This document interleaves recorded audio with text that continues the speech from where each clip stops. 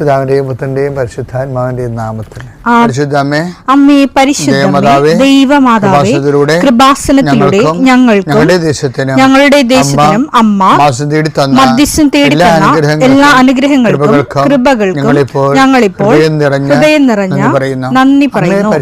അമ്മേ പരിശുദ്ധമേ, ദൈവമാതാവേ, 2004 ഡിസംബർ 7 ഉച്ചകഴിഞ്ഞ് 2:30 കൃപാസനത്തിൽ സംഭവിച്ച അമ്മയുടെ പ്രത്യക്ഷപ്പെടലിനെ കുറിച്ച് തിരുസഭയ്ക്ക് സമർപ്പിച്ചിരിക്കുന്ന പഠനരേഖകളുടെ മേൽ സഭാത്മകമായ പഠനം ആരംഭിക്കുവാൻ ഞങ്ങൾ പ്രാർത്ഥിക്കുന്നു.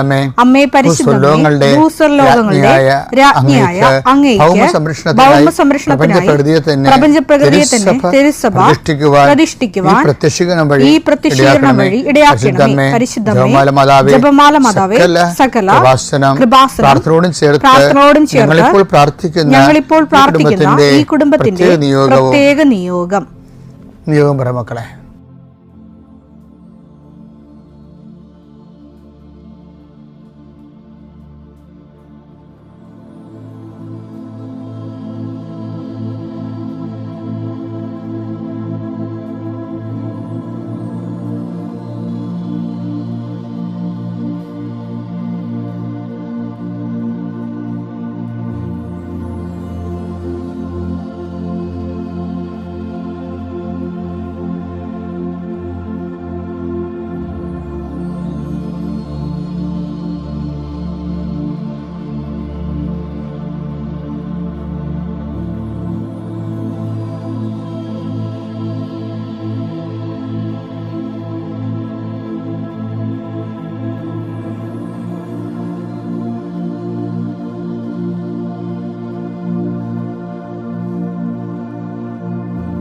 അമ്മയുടെ പ്രത്യക്ഷീകരണത്തിന്റെ ഈ അനുഗ്രഹവേളയിൽ ഞങ്ങൾക്ക് സാധിച്ചു തരുവാൻ കനിയണമേ.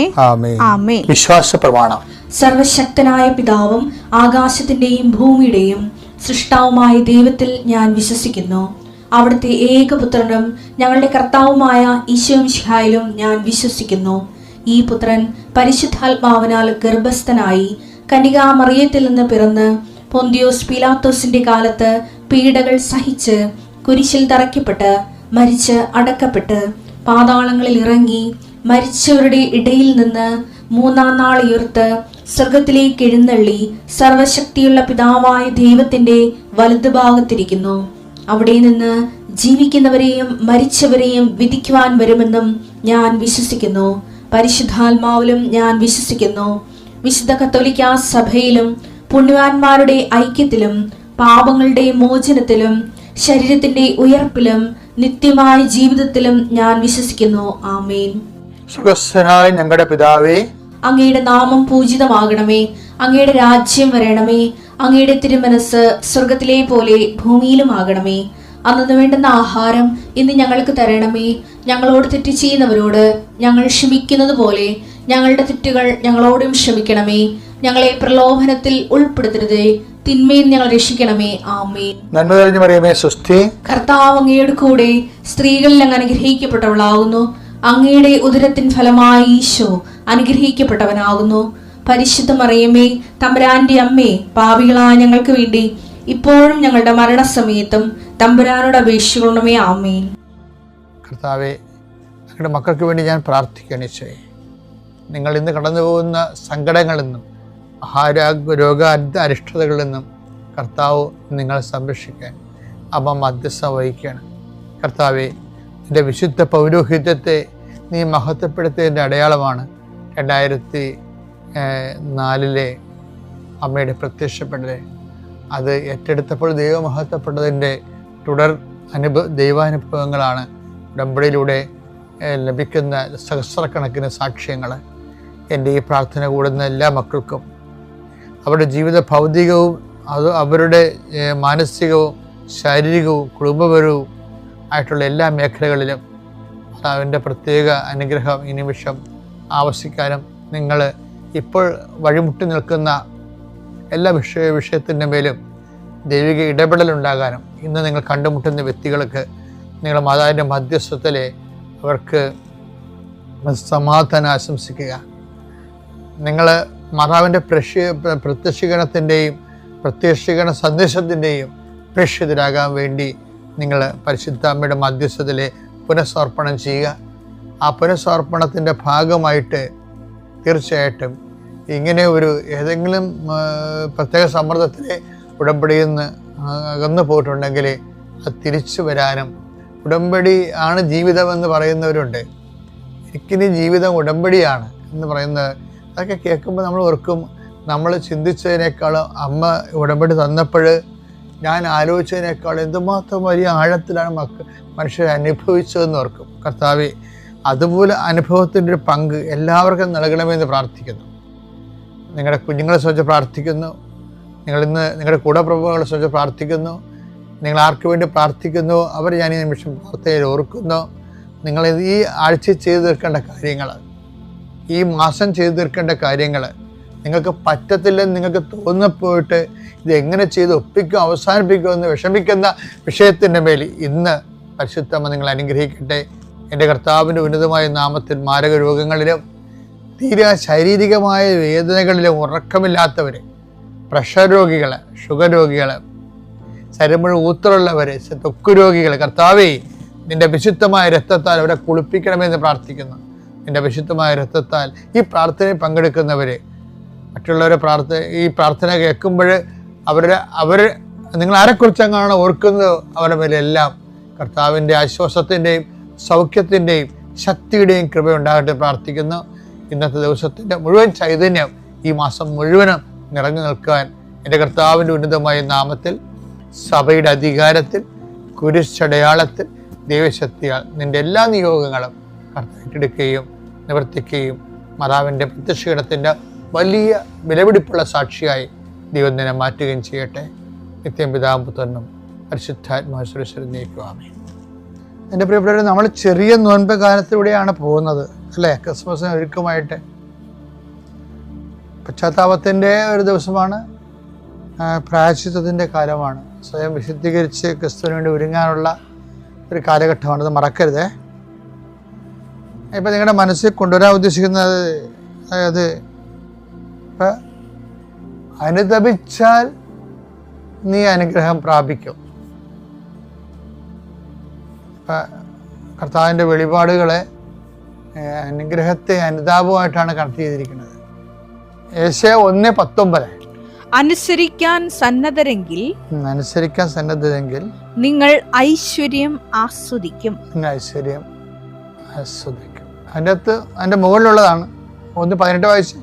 കർത്താവ് അരുൾ ചെയ്യുന്നു, വരുവിൻ നമുക്ക് രമ്യതപ്പെടാം. അപ്പൊ അനുതപിച്ചാൽ നിങ്ങളെ അനുഗ്രഹം പ്രാപിക്കും, ഐശ്വര്യം പ്രാപിക്കും. അപ്പൊ ബൈബിളിൽ അനുതാപത്തിനെയും അനുഗ്രഹത്തിനെയും കൂടി കൂട്ടിക്കെട്ടിരിക്കുകയാണ്. അനുതാപമാവുന്ന കുതിര വലിച്ചോണ്ട് വരണ ഒരു ചരക്കാണ് അനുഗ്രഹം എന്ന് വേണേ രസമായിട്ട് പറയാം. പക്ഷെ ഒരു പ്രോബ്ലം ഉള്ളത് വെച്ച് കഴിഞ്ഞാൽ അങ്ങനെ അനുതാപം വലിച്ചോണ്ട് വരണതല്ല. കാര്യം അനുതാപം പോലും ദൈവമാണ് തരേണ്ടത്. അനുതാപം നമുക്ക് അനുഗ്രഹം നൽകുന്നു, പക്ഷെ അനുതാപം ആര് തരും?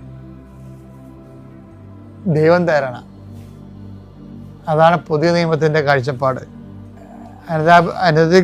അനുതാപം ദൈവം നൽകുന്നു. വിജാതിയർക്ക് ദൈവം ജീവപ്രാപ്തിക്കുള്ള അനുതാപം നൽകി. അവിടെ പുസ്തകം 11:18 ജീവനിലേക്ക് നയിക്കുന്ന അനുതാപം വിജാതിയർക്കും ദൈവം പ്രദാനം ചെയ്തിരിക്കുന്നു എന്ന് പറഞ്ഞുകൊണ്ട് അവർ ദൈവത്തെ മഹത്വപ്പെടുത്തി. അപ്പൊ അവിടെ അനുതാപം നൽകുന്ന ആരാണ്? ദൈവമാണ്. അനുതപിച്ചാൽ നീ അനുഗ്രഹം പ്രാപിക്കുമെന്ന് പറയണത് അനുഗ്രഹം അനുതാപത്തിൽ നിന്ന് വരുന്നു എന്ന് പറഞ്ഞാലും ഈ അനുതാപം എവിടുന്ന് വരുന്നു? ദൈവത്തിൽ നിന്ന് വരുന്നു. ഇത് പറയുമ്പോൾ ഇതെന്താ പ്രത്യേകിച്ചിരിക്കണം തോന്നും. ഇതെല്ലാം അറിയാവുന്നതല്ലേ എന്ന്. പക്ഷെ നിങ്ങൾക്ക് അറിയാൻ പാലാത്ത കാര്യമാണിത്. കാര്യം എന്താണ്? ഇച്ചിരി അണ്ണന്മാർക്ക് ഒരു അനുതാപം തോന്നത്തില്ല. ഒരു അനുതാപം തോന്നില്ല ചെറുക്ക്. എന്തെല്ലാമൊക്കെ അവര് ദൈവത്തിന് നിരക്കാത്ത കാര്യങ്ങൾ ചെയ്താലും അപ്പോൾ അവർക്ക് അനുതാപം തോന്നത്തില്ല. ചിലക്ക് ചില്ലറ കാര്യങ്ങൾ തന്നെ തെറ്റിപ്പോയാൽ ഭയങ്കര അനുതാപം തോന്നും. എന്താ കാര്യം? അനുതാപം ദൈവം തരണത് കൊണ്ടാണ്. അനുതാപം നമുക്ക് തോന്നാത്ത എന്തുകൊണ്ടാ? നമുക്ക് അനുതാപം കിട്ടാത്ത കൊണ്ടാ, ദൈവം തരാത്തത് കൊണ്ടാ. അതുകൊണ്ടാണ് ഈ നിർമ്മലമായ ഹൃദയമെന്നെ സൃഷ്ടിക്കണമേ, ദൃഢചിത്തത എന്നെ പുനഃസ്ഥാപിക്കണമേ, ദൃഢചിത്തത എന്നെ പുനഃസ്ഥാപിക്കണമേ എന്ന് അങ്ങയുടെ തിരുസന്നിധി എന്നെ തള്ളിക്കളയരുത് എന്നൊക്കെ ദാവീദ് അനുതാപത്തിൻ്റെ സങ്കീർത്തനം പാടുന്നത് അങ്ങനെയാണ്. കാര്യം എന്താണ്? എല്ലാം ചെയ്യേണ്ടത് ദൈവത്തിൽ നിന്നാണെന്ന്. തിരുസന്നിധി നിർത്തേണ്ട ദൈവമാണ്, തള്ളിക്കളയാതിരിക്കേണ്ടത് ദൈവമാണ്, എല്ലാം ദൈവമാണ്. അപ്പം അതുകൊണ്ട് തന്നെ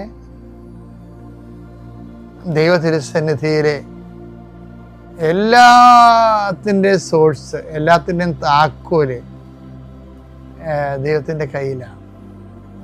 അപ്പോൾ നമുക്ക് അനുതാപം തോന്നണില്ല എന്നുണ്ടെങ്കിൽ നിങ്ങൾ നിരന്തരമായി കർത്താവേ എനിക്ക് അനുതാപം തോന്നുന്നില്ല, എൻ്റെ ഹൃദയത്തിൽ നീ അനുതാപത്തിലേക്ക് നയിക്കണമേ. അനുതാപത്തിലേക്ക് നയിക്കണതനുസരിച്ച് കൊണ്ട് നമ്മുടെ ഹൃദയം ലളിതമാകുകയും തരളിതമാകുകയും അതിൻ്റെ കാഠിന്യം കുറഞ്ഞു വരും. ഈ കാഠിന്യം കുറഞ്ഞ ഹൃദയങ്ങളിലാണ് ദൈവത്തിന് പെട്ടെന്ന് പ്രവർത്തിക്കാൻ പറ്റുന്നതും, ദൈവത്തിന് നമ്മളെ നയിക്കാൻ പറ്റുന്നതും, ദൈവത്തിന് നമ്മളെ മോശമായ കാര്യങ്ങളിൽ നിന്ന് തടുക്കാൻ പറ്റണതും, ദൈവത്തിന് നമ്മളെ ഇടപെടാൻ പറ്റണത്. അപ്പം എപ്പോഴും ഒരു മനുഷ്യൻ്റെ സമ്പത്ത് എന്ന് പറഞ്ഞാൽ എന്താണ്? ദൈവത്തിന് അയത്ന ലളിതമായി ഇടപെടാൻ പറ്റുന്ന ഒരു ഹൃദയമായ ഒരു വ്യക്തിയായി മാറണം. പ്രാർത്ഥിക്കാൻ, കർത്താവേ അങ്ങക്ക് ഇടപെടാൻ പറ്റിയ ഒരു വ്യക്തിയായി,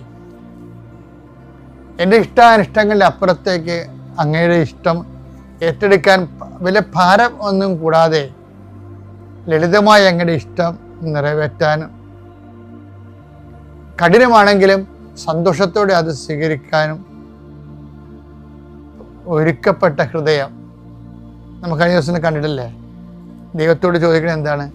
ഒരുക്കമുള്ളൊരു ഹൃദയം എനിക്ക് തരണമേ. സങ്കീർത്തനം 119:32. ഒരുക്കമുള്ള ഹൃദയം അങ്ങ് എനിക്ക് തരുമ്പോൾ ഞാൻ അങ്ങയുടെ പ്രമാണങ്ങളുടെ പാതയിൽ ഉത്സാഹത്തോടെ ചരിക്കും. ഇത് നിസ്സാരമല്ല കേട്ടോ, ഞാൻ പറഞ്ഞത് തന്നെ ഈ പറഞ്ഞിരിക്കുന്നത്. അതായത് പ്രമാണങ്ങളുടെ പാതയിൽ ചരിക്കുമെന്നല്ല പറയണത്. അങ്ങയുടെ വചനത്തിൻ്റെ പാതയിൽ ഞാൻ ഉത്സാഹത്തോട് ചരിക്കും. എപ്പോഴാണ്? അങ്ങയെ ഉൾക്കൊള്ളാനും, അങ്ങയുടെ വചനം സ്വീകരിക്കാനും, വചനം അനുസരിക്കാനും, അങ്ങയുടെ വചനത്തിൻ്റെ വഴികളിലൂടെ ജീവിതം നയിക്കപ്പെടാനും എനിക്ക് ഒരുക്കമുള്ള ഒരു ഹൃദയം നൽകുന്നതാണ് ഉത്സാഹത്തോടെ ചരിക്കാൻ സഹായിക്കുന്നത്. അപ്പം ഒരുക്കമുള്ള ഹൃദയം ആര് തരണം? ദൈവം തരണം. അപ്പം ദൈവാനുഗ്രഹം കുറയുന്നുണ്ടോ? പ്രാർത്ഥന കുറയുന്നുണ്ടോ? പശ്ചാത്താപം കുറയുന്നുണ്ടോ? അനുതാപം കുറയുന്നുണ്ടോ? എങ്കിൽ ഒരുക്കമുള്ള ഹൃദയത്തിന് വേണ്ടി ഈ നോൻപ് കാലത്ത് നമുക്ക് പ്രാർത്ഥിക്കാം.